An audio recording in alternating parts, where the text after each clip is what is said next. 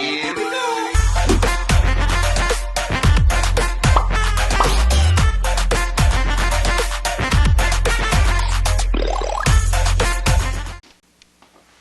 Well, that's it for the dead man.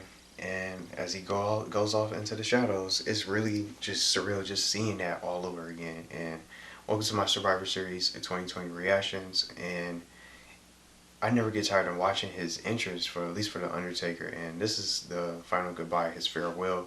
And I've been watching WWE since I was, it was basically during the Attitude Era with Shawn Michaels, Shelton Benjamin. I can name some of the most memorable superstars. Some of you guys probably remember them, but some of them you don't even see anymore. Carlito, Chris Masters, Edge, and Viscera.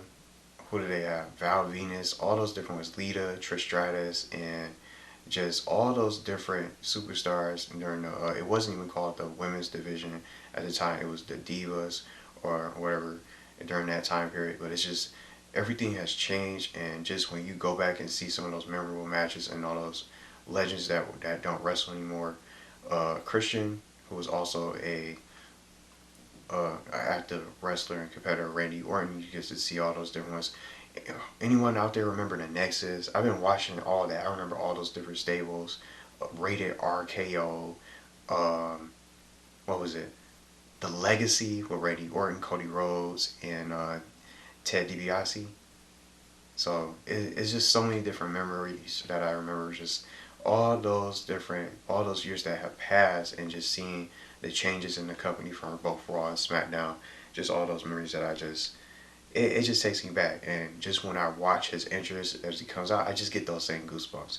But I'll definitely be talking about more of that later on, going towards the end of this video, just to talk about my favorite Undertaker match and some other things that I like.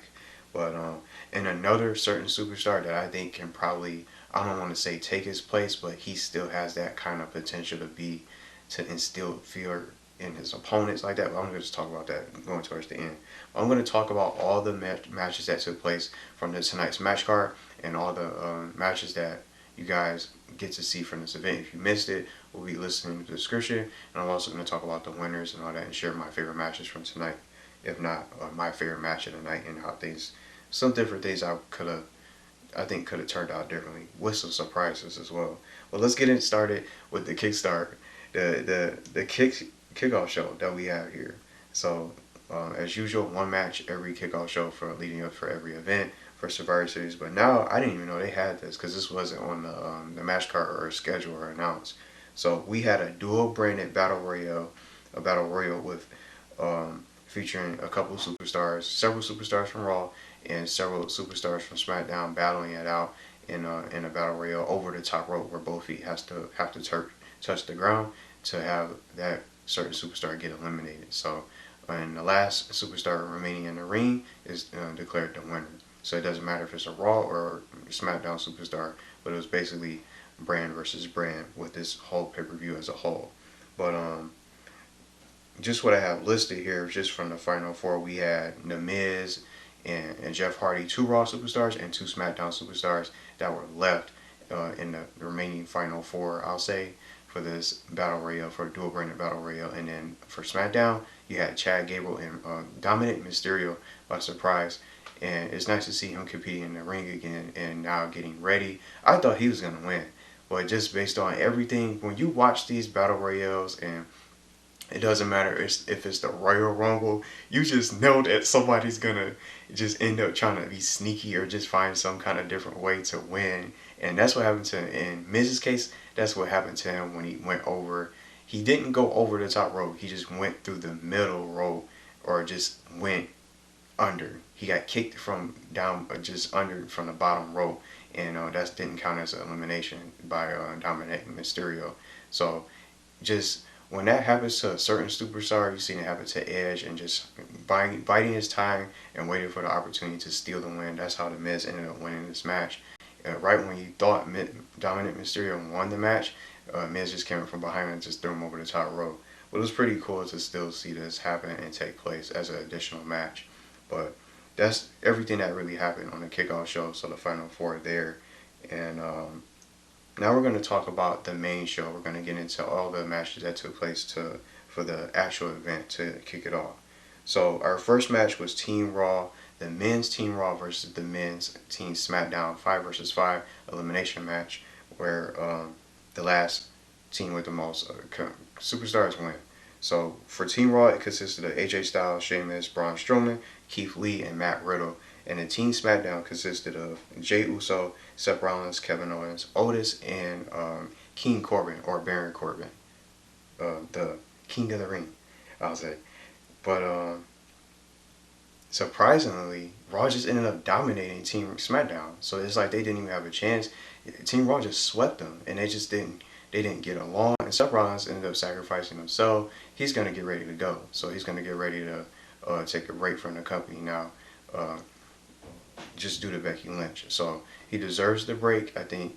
With all his gimmick with the greater good and all that, which was pretty cool to see. I don't know about anybody else. I'm just gonna say it. I got tired of seeing it just every single week. It's like, I'm ready for the story to end. Just the feud with him between Seth Rollins and the Rey Mysterio story. It was cool to see at first, but it's like they were just dragging it on and on. But now it's finally over now. So I hope they let Buddy Murphy shine. And I think he has a lot of potential. I think he can be maybe a future champion. Maybe he can be the next Intercontinental champion. Maybe he should come after Sami Zayn and compete against him. That'll be a good match. Buddy Murphy versus Sami Zayn for the Intercontinental Championship.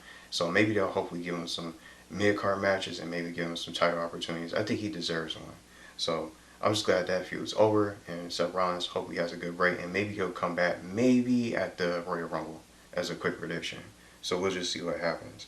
But just as I mentioned, Team Raw just ended up dominating this match with Team SmackDown getting completely swept with no sort of eliminations at all.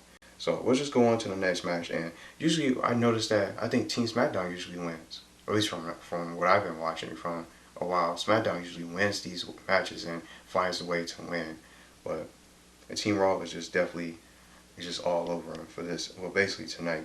But let's get down to the next match. The Raw Tag Team Champions, The New Day, taking on SmackDown Tag Team Champions, the Street Profits. Now, this was personally one of my favorite matches. I think one is another one later I'll mention.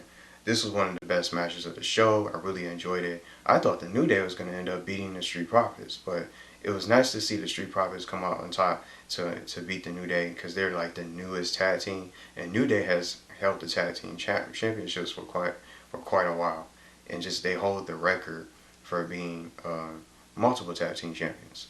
So it's nice to see like a new upcoming tag team just get the spotlight here with the Street Profits. I like these teams equally. The New Day and the Street Profits, they're really good. I enjoy their gimmicks and just everything that they do when they're backstage with the promos. It's just so much. It's always entertaining. It's so much fun to watch, even whether it's on Raw with the New Day or SmackDown, just seeing the Street Profits. So and you could just tell that they have mutual respect for each other. So it was nice to really see this. Just definitely a great match, and I definitely recommend it. So let's get our next match. We had United States Champion Bobby Lashley. I knew this wasn't gonna last. Bobby Lashley against Sami Zayn. I thought Sami was gonna steal one in this match and be sneaky, but of course the Hurt Business was out there with MVP Shelton Benjamin and Cedric Alexander to accompany him, to watch his back. And since he's the CEO of the Hurt Business, of course they gotta show him some love and some backup to make sure he gets the win. And they might even interfere if they have to help their Hurt Business member win. I'll just say that. But Bobby Lashley just won it just easily, and it just wasn't really that long a match. So Bobby Lashley ended up winning this one to defeat Sami Zayn, and we're gonna get to our next match. The Raw Women's. I was really shocked with this. Raw Women's Champion Asuka taking on SmackDown's newest Women's Champion Sasha Banks in this match in one-on-one. But I know everybody out there probably thought that Asuka was gonna win. I thought she was gonna easily, probably. I'm not gonna say easily, but I had Asuka definitely was gonna probably end up winning this, because I don't even think Sasha Banks has ever beaten Asuka, at least from my memory, without any sort of interference. But it was cool to see Sasha get a clean win over Asuka, and I think they really wanted to give her some kind of, I think the writers wanted to give Sasha Banks some kind of momentum because they've been, even after just all the beatdown she's been getting from Carmella, and just having her just get a good win to propel her up there, because Asuka's been such a great champion and dominant. So I guess they wanted to have her at least lose in a clean way. And it was very crafty for Sasha Banks anyway to have her get this win anyway without cheating or just doing some kind of tricks or having some outside interference from Bayley or something like that, like as usual. It was nice to see her get something on her own and get a win as she is more than capable of doing. So this was cool to see. Now, another 5v5 elimination, but this is the women's division now. Team Raw, Shayna Baszler, Nia Jax, Peyton Royce, Lacey Evans, and Lana taking on Team SmackDown. Team SmackDown's Bianca Belair, Natalya, Ruby Riott, or a little bit, I'll just say half, most of the Riott Squad. Ruby Riott and Liv Morgan, and then Bayley. But I wanted Team SmackDown to win this match. Bianca Belair, I think she's going to be a good champion. I hope they do give her a championship opportunity. It would be cool to see her take on Sasha Banks and maybe possibly win and just be a competitor. She has the skill, she has the speed, the power, and just the in-ring capability of what she can do, and the athleticism, and just everything was showcased, and just her will to just keep on wrestling and just keep competing. I thought she was going to really pull a 1v3 in this match, but Lana just so happened to be lucky enough to be the last sole survivor, because she ended up getting counted out. Just Nia Jax and Bianca Belair in a double count out. She couldn't get in the ring at any time. So I just thought, in another way, I thought this was something that was going to happen. After week, Lana just being put through the table and going through so much from Shayna Baszler and Nia Jax, I thought she would eventually cost them the match. But she just ended up being just the person that was sitting on the stairs, just in the corner, just not able to compete. She did a couple things to get a little bit of offense, but they just had her just completely just taken out of the match and just being someone that just watch, a spectator. That's it. So it was cool to have her win the match the way that they did it, but I was hoping that they would really have Lana just betray Shayna Baszler and Nia Jax. But now she gets her spotlight, and now she's the reason why Team Raw ends up getting the win over the women's SmackDown team. So that was nice to see. But I just as I mentioned, I would like to see Bianca Belair a champion. I think she deserves it. I just hope they don't just do the same thing as they do to certain NXT superstars like Ricochet and Aleister Black, with barely any TV time, any sort of matches whatsoever. They're just in the back and they don't really get a chance to compete, and they don't really get championship opportunities. And if they do, they just lose. So I hope they don't do Bianca Belair like that. But now we have our main event, and then we'll get into the Undertaker farewell, and then I'll talk about my favorite match and stuff like that. But WWE Champion Drew McIntyre versus the head of the table, the Tribal Chief, Roman Reigns. It's so crazy just to say that, because he's a heel now, and me personally, I don't mind. It's pretty good, but I knew something was going to happen. I thought someone was going to come out there and interfere. I didn't expect Jay to come out there. I'll just say this: it was a good match, but I wasn't liking that interference with Jey Uso getting involved. Roman Reigns would have lost. It was looking like it, and just right when you thought the match was over, after that spear that he took, it's as if it was all. That's it. He just ended up kicking out, and then I just knew Drew McIntyre was going to get it. But once he hit that Claymore, and Roman Reigns, he caught the Claymore, and then he bumps into the referee. I just knew it. I said, well, that's his chance. There's just his win going down the drain. Just after that moment. And then you see Jey Uso just coming down the ring to get involved for a super kick. I got it right here. Just even after he interferes, and then after a Claymore, he gets a low blow from Roman Reigns, and then a super kick from Jey Uso, and then a spear. That's the match. That I just didn't like that ending. But just a quick prediction I'll throw out there: since Roman Reigns ended up winning this match because of Jey getting involved by some surprise chance, I think Jey is going to probably be the reason why Roman Reigns probably loses his title. Anyway, he's probably going to have that moment where he draws the line. He's had enough doing Roman Reigns' bidding and being told what to do. I think Jimmy Uso might even have some kind of role in it as well. His brother Jimmy Uso might eventually have a role in it. So we'll just have to see. I just don't know how long it's gonna take, but he's not gonna be a champion forever. Now, just really quickly with Undertaker's final farewell, it was pretty cool to see just all these legends come out. Just a list of names: Shane McMahon, JBL, Big Show, Jeff Hardy, Mick Foley. Remember when he got thrown off the top of the cell? That's crazy. And when he was Mankind, just all those different memories. Godfather, the Godwins. I never even seen some of these legends before. The Godwins, Savio Vega.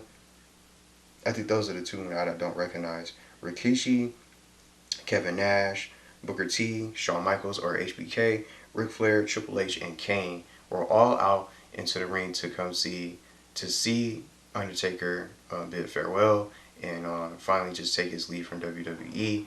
I'm not sure if he's gonna have a match at WrestleMania, but I don't think there's gonna be another match. I think for sure now this is the final chance we'll get to see him. It was pretty cool to really see.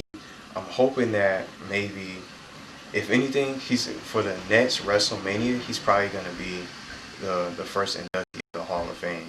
So I'm hoping to see like more of like what he's gonna do and just going forward in the future, and just maybe some other things that he's probably gonna do. Maybe a special appearance. I don't know what else could possibly happen. We'll just have to find out. Well, I'm trying to see. I don't know if anyone else would agree with this. I'm just gonna throw this out there. But when you look at The Fiend, I think he has the potential to be the next Undertaker. I'm not saying he's gonna replace him or anything like that. I think just when you look at his character, he has one of the best characters that's going for the WWE right now during this era, during everything that's going on with the outbreak. He has the best character. He's instills fear in his opponent. Look at Alexa Bliss, for example. He has that control over her, and I think anybody that he can get to join him, maybe he can instill that same fear and have that control over him like that. You just never know. But I just think I get that feeling with The Fiend and Bray Wyatt just as a whole. I'm a huge fan. I love it. It's just he's one of the best characters that's going for the show. I think if anything, he can probably take that spotlight and maybe be something like Undertaker. Just what he does with The Fiend, with his character, and being able to intimidate his opponents. But I'm not sure.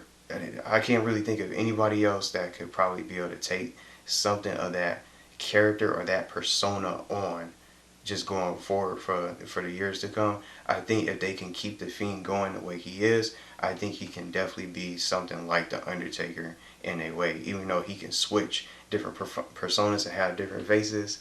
You know, it's funny to see. The Firefly Funhouse is great. It's one of my favorite promos and parts of the show from Monday Night Raw. But not even just being a champion, but I think he just has that potential to be something like that. But just quickly before I end it, I definitely want to say that my favorite match of all time that I ever seen, if not one of the best matches for Undertaker, Shawn Michaels versus Undertaker. I think it was the Street versus Career match. I think that was one of the greatest matches I ever seen, and I think he ended up facing him again. I think 2 different WrestleManias I got to really see and witness. One of the most hypest, some of the best WrestleMania shows I ever seen. One of the best matches. It was really cool to really see, and I'm gonna throw this out there. I think they could have had somebody else break that streak other than Brock Lesnar. But it's laughable just hearing it, but just seeing that out of all people, they have Brock Lesnar break his streak. They could have had Shawn Michaels or somebody else break his streak for the Undertaker, if anything.